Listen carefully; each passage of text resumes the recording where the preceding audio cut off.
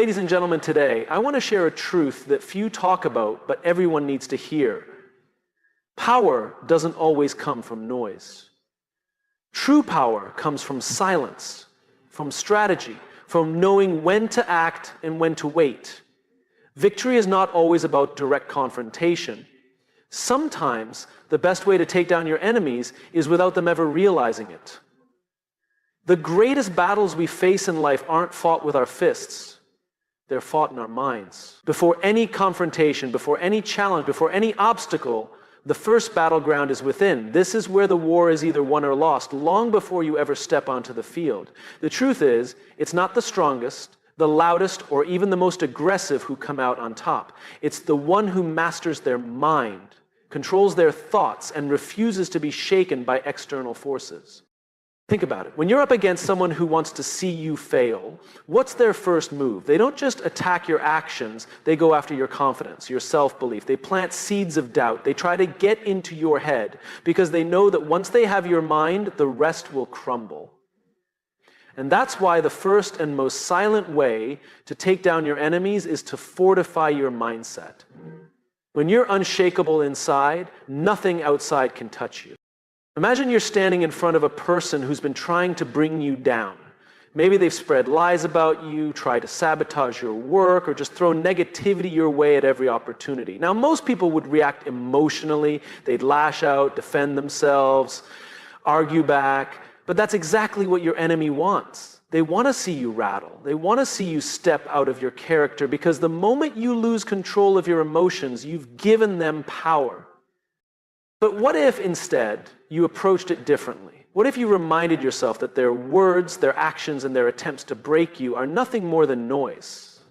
What if you focused on your goals, your vision, and your purpose instead of letting their negativity take up space in your mind? That's when you start to win, not because you shouted louder, but because you refuse to let them occupy the most important real estate you have, your mindset.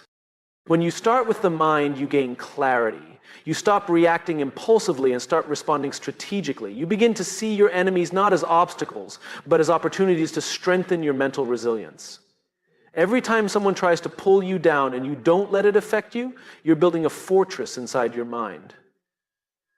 And the stronger that fortress becomes, the less control anyone has over you. This doesn't mean you ignore problems or pretend conflicts don't exist. It means you approach them from a place of power, not weakness. You decide when to engage, how to engage, and whether it's even worth your energy. You become the one in control of the situation because you're not reacting out of fear, anger, or frustration. You're thinking clearly, seeing the bigger picture, and making moves that serve your long-term goals. One of the most powerful things you can do is to detach from the need to prove anything to your enemies. When you've mastered your mind, you don't need to prove your worth to anyone. You know who you are, what you're capable of, and where you're headed. And that inner confidence is something no one can take away from you. Your enemies will try to shake you, but they'll fail because you've already won the most important battle, the one within. It's easy to think that strength is about how hard you hit back or how loudly you can fight. But the truth is, real strength is silent. It's the ability to walk into a room full of people who doubt you and still carry yourself with confidence. It's the discipline to stay focused on your goals even when others are trying to distract you. It's the resilience to keep moving forward no matter how many obstacles are thrown in your path. At the end of the day, the mind is your greatest weapon. If you can control your thoughts, you can control your life. Your enemies might be able to throw challenges your way, but they can't defeat you unless you let them into your head. So the next time you're faced with opposition, don't reach for the muscle. Start with the mind. Because when your mind is strong, there's nothing and no one that can stand in your way. Silence is often misunderstood. People tend to equate it with weakness, passivity, or indifference. But in reality, silence is one of the most powerful tools you can use, especially when dealing with your enemies. Think about the last time you were in an argument or faced someone who wanted to provoke you. Their energy fed off your reactions. The more you responded, the more they pushed, because your words gave them insight into your emotions, your triggers, and your mindset. But imagine if, instead of reacting, you stayed silent. Imagine maintaining eye contact, staying calm, letting them fill the space with their noise while you gave them nothing in return. That silence would speak louder than any argument ever could. It's uncomfortable, it's unnerving, and that discomfort forces your enemies to reveal more about themselves while you remain in control. Silence is not just about withholding words, it's about controlling the space. When you don't respond, you force the other person to deal with their own thoughts, their own insecurities. They start to question themselves. Did I say too much? Did I cross a line? Why aren't they reacting? That mental spiral is powerful because it shifts the focus from you to them. They become preoccupied with trying to figure you out, and in that process, they often expose their vulnerabilities.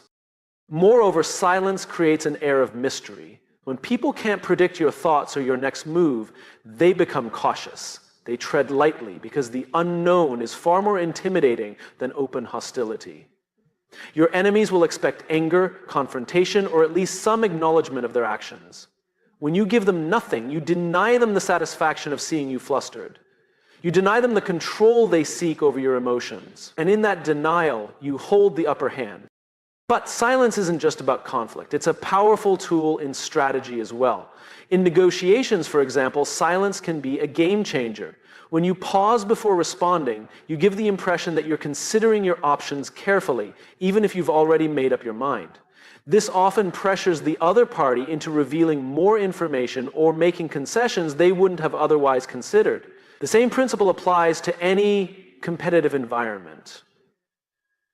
Whether in business, sports, or personal relationships, the person who can sit comfortably in silence is often the one in control of the situation. Another aspect of silence is its role in personal growth and self-mastery. When you learn to sit in silence, you develop patience, discipline, and emotional resilience. It's easy to lash out when provoked, but it takes strength to hold back, to observe, and to wait for the right moment to act. This self-betrayal doesn't just protect you from making rash decisions, it also allows you to see situations more clearly. In silence, you can analyze the bigger picture, understand motivations, and plan your next move with precision. There's also a profound dignity in silence. When you refuse to engage in petty conflicts or respond to baseless attacks, you rise above the noise. You show that you are not easily swayed by external forces, that you operate on a level that your enemies can't reach. This quiet confidence can be more intimidating than any aggressive confrontation. People respect those who don't feel the need to constantly defend themselves, because it shows a level of self-assurance that words can't convey. However, using silence effectively doesn't mean avoiding conflict altogether. It means choosing your battles wisely and knowing when to speak and when to hold back. Silence is most powerful when it's intentional, when it's used as a strategic pause rather than an escape. It's about knowing that sometimes saying nothing is the loudest statement you can make. It becomes a shield that protects you and a sword that disarms those who try to bring you down. There's a saying that success is the best revenge, and it holds more truth than most people realize. When someone wrongs you, disrespects you, or underestimates you, the natural impulse is to strike back, to prove them wrong with words or actions driven by anger. But here's the thing. Anger is temporary, and reactions are fleeting. What really lasts, what really stings, is when you rise above it all and achieve a level of success they can't ignore. Because nothing unsettles your enemies more than watching you thrive in spite of their efforts to bring you down. When people try to sabotage you, belittle you, or doubt you, what they're really hoping for is a reaction. They want to see you stumble. They want to know they've gotten under your skin. They feed off your frustration and setbacks because it validates their own insecurities. But when you don't give them that satisfaction, when you focus on your growth and continue to rise, you take away their power. You show them that their efforts were not just unsuccessful, they were irrelevant.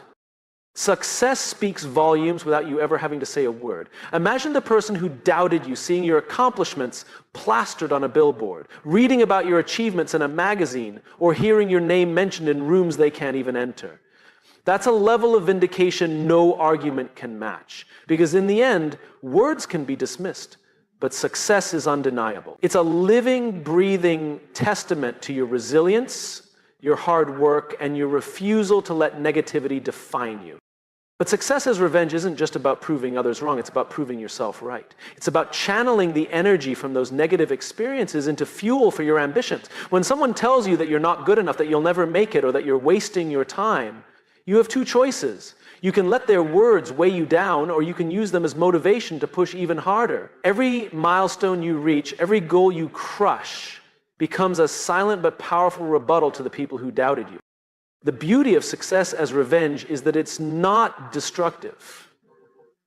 It's constructive.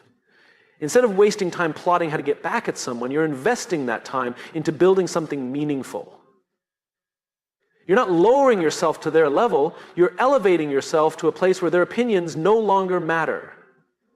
And that's the ultimate victory. Not just outshining them, but outgrowing the need for their validation entirely. Success also changes the narrative. When you achieve something significant, people can't help but take notice.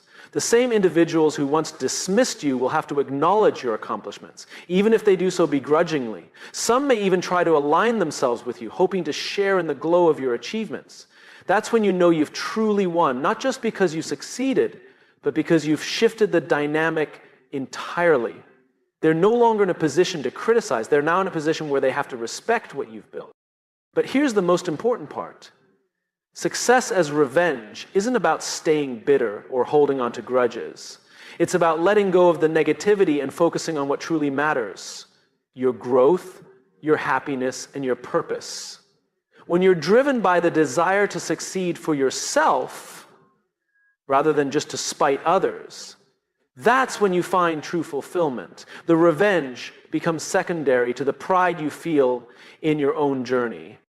Success isn't just about material achievements or public recognition, it's about personal victories too. It's about overcoming obstacles, breaking through limitations, and becoming the best version of yourself. Your enemies may never admit they were wrong, and they may never apologize for what they did, but that's not the point. The point is that you didn't let them stop you. You kept going, and in doing so, you turned their negativity into your stepping stone. Kindness is often mistaken for weakness. People assume that being kind means being soft, passive, or easy to manipulate. But the truth is, kindness can be one of the most powerful and unexpected tools you can use to disarm your enemies. When I say kill them with kindness, I don't mean superficial niceties or forced politeness. I mean using genuine, strategic kindness as a way to take control, flip the script, and leave your enemies powerless. It's about turning the very thing they expect the least into the weapon that leaves them confused, off-balanced, and ultimately defeated.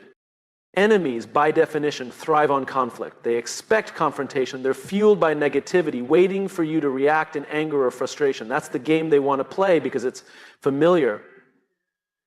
But when you meet hostility with kindness, you throw them into unfamiliar territory. They don't know how to respond. They're ready for a fight, but instead you're offering a smile, a compliment, or even support. That's not just confusing, it's deeply unsettling. Imagine someone at work who's constantly trying to undermine you. They spread rumors, take credit for your ideas, or subtly sabotage your efforts. The expected reaction would be to confront them, to call them out, or to retaliate in kind. But what happens when you do the opposite? What happens when you thank them publicly for their input, compliment their work in front of others, or offer to collaborate on a project? Suddenly, the dynamic shifts. They're left wondering, are they being sarcastic? Do they know what I'm doing? Are they setting me up? That doubt creeps in, and it's far more powerful than any direct confrontation. You've taken away their ability to predict your moves, and in doing so, you've taken away their power. Kindness doesn't just confuse your enemies, it exposes them. And when you consistently respond with grace and positivity, any negativity they throw your way stands out even more. Their hostility becomes obvious to everyone around them. While you're maintaining your composure, they look petty, bitter, and insecure. Over time, people will start to see the contrast. They'll notice that you've handled the situation with dignity, while your enemy has only managed to reveal their true colors. And that's a reputation hit far more damaging than anything you could have said or done in retaliation. Now, this doesn't mean you let people walk all over you. Being kind isn't about being a pushover. It's about choosing a higher path without sacrificing your self-respect. You can set boundaries, stand your ground, and protect your interests while still being kind. The difference is that you're doing it from a place of strength, not spite. You're controlling the situation, not letting the situation control you. And here's the thing. Kindness benefits you, too. Carrying around anger and resentment is exhausting. It drains your energy and keeps you locked in a cycle of negativity. But when you approach situations with kindness, you free yourself from that burden. You stay focused on your goals, your growth, and your peace of mind. Your enemies become background noise, irrelevant to the bigger picture of what you're building. In the end, killing them with kindness isn't about pretending to be nice or masking your true feelings. It's about using kindness as a deliberate, strategic tool. It's about understanding that the best way to throw someone off their game is to refuse to play by their rules. When you respond to hostility with kindness, you're not just confusing your enemies. You're showing them that they have no control over you. You're proving that their attempts to bring you down are ineffective, because you're operating on a level they can't reach. So the next time someone tries to bring negativity into your life, don't waste your time and energy on anger. Smile, be gracious, offer help if it's needed, and then keep doing your thing, building your success, and living your life on your terms. Because in the end, there's no better way to defeat your enemies than to rise so far above their level that they can't even touch you, and that's how you literally kill them with kindness. In a world that thrives on instant gratification, playing the long game is a concept that many overlook. We live in a time where people expect immediate results, quick wins, fast recognition, instant success. But the truth is, the most meaningful victories, the ones that truly stand the test of time, are earned through patience, strategy, and consistency. When dealing with enemies or those who try to bring you down, the long game becomes even more powerful. Most people expect quick reactions. They want to provoke you, push your buttons, and get an immediate emotional response.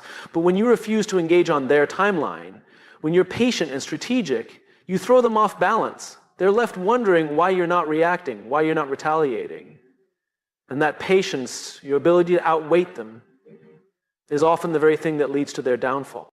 Playing the long game also means understanding that setbacks are part of the process. Your enemies might seem like they're winning in the short term. They might get the promotion you wanted, spread rumors that temporarily damage your reputation, or create obstacles that slow you down. But here's the thing, temporary wins don't last.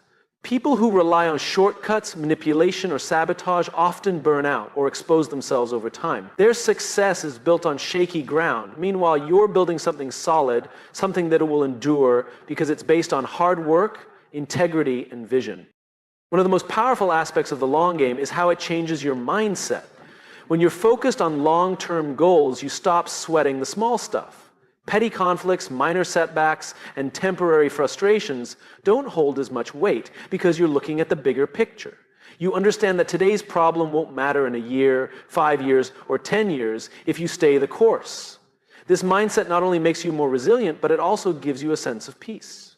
You're not constantly reacting to every little thing that goes wrong because you know where you're headed. Another benefit of playing the long game is the relationships you build along the way. When you're patient and consistent, people notice. They see your dedication, your reliability, and your ability to stay focused under pressure. Over time, this earns you respect and trust, which are invaluable assets in both personal and professional life. Your enemies might win a few battles, but they'll never win the war because they're focused on short-term gains while you're building lasting influence and success. Playing the long game also means being adaptable. It's not about sticking rigidly to one plan or path. It's about staying committed to your ultimate goal while being flexible in how you get there.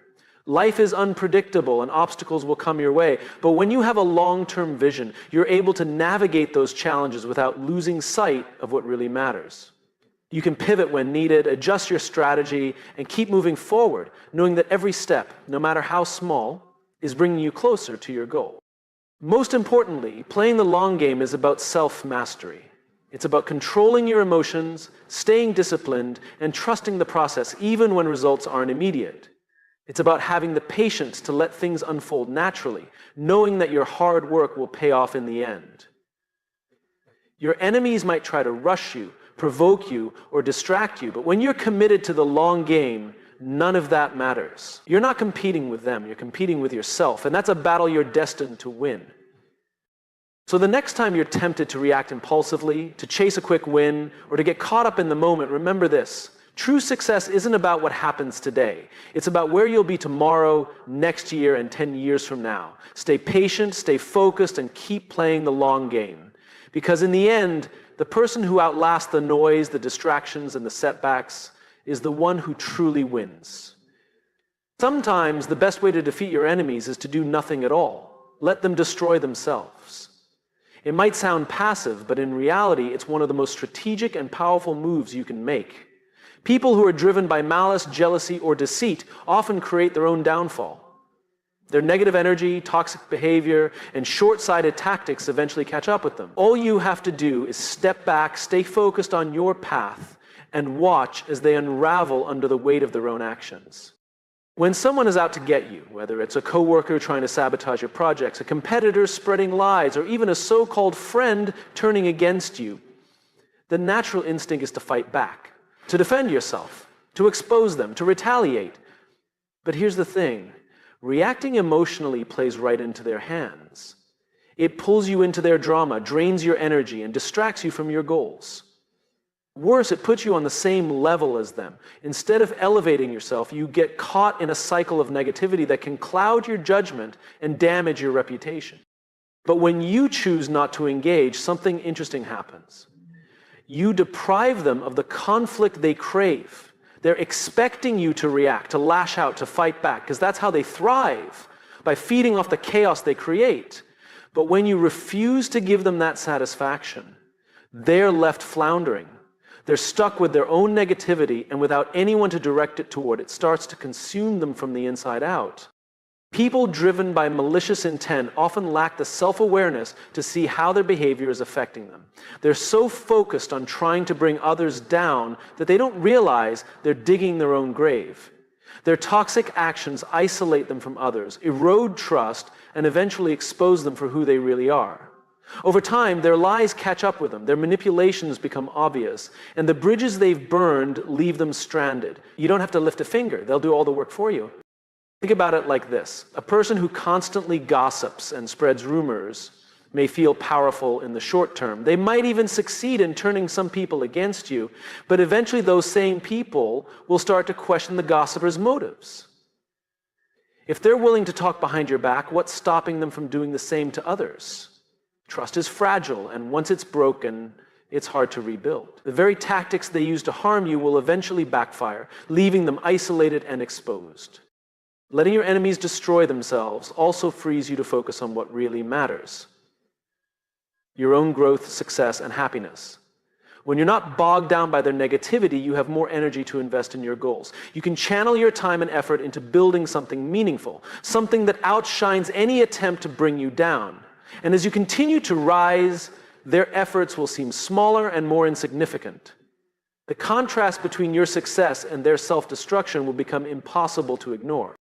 There's also a certain elegance in this approach. By refusing to engage in petty conflicts, you demonstrate a level of maturity and self-control that commands respect. People notice when you handle adversity with grace. They see that you're not easily rattled, that you don't stoop to the level of those trying to harm you. This not only strengthens your reputation, but also attracts allies who admire your integrity. While your enemies are busy tearing themselves apart, you're building relationships, opportunities, and a legacy that speaks for itself. It's important to note that letting your enemies destroy themselves doesn't mean being passive or ignoring real threats. It means choosing your battles wisely and recognizing when it's better to let time and their own behavior do the work. In situations where direct action is necessary, like protecting your safety, your rights, or your well-being, by all means, take appropriate steps. But in many cases, patience and restraint are far more effective than confrontation.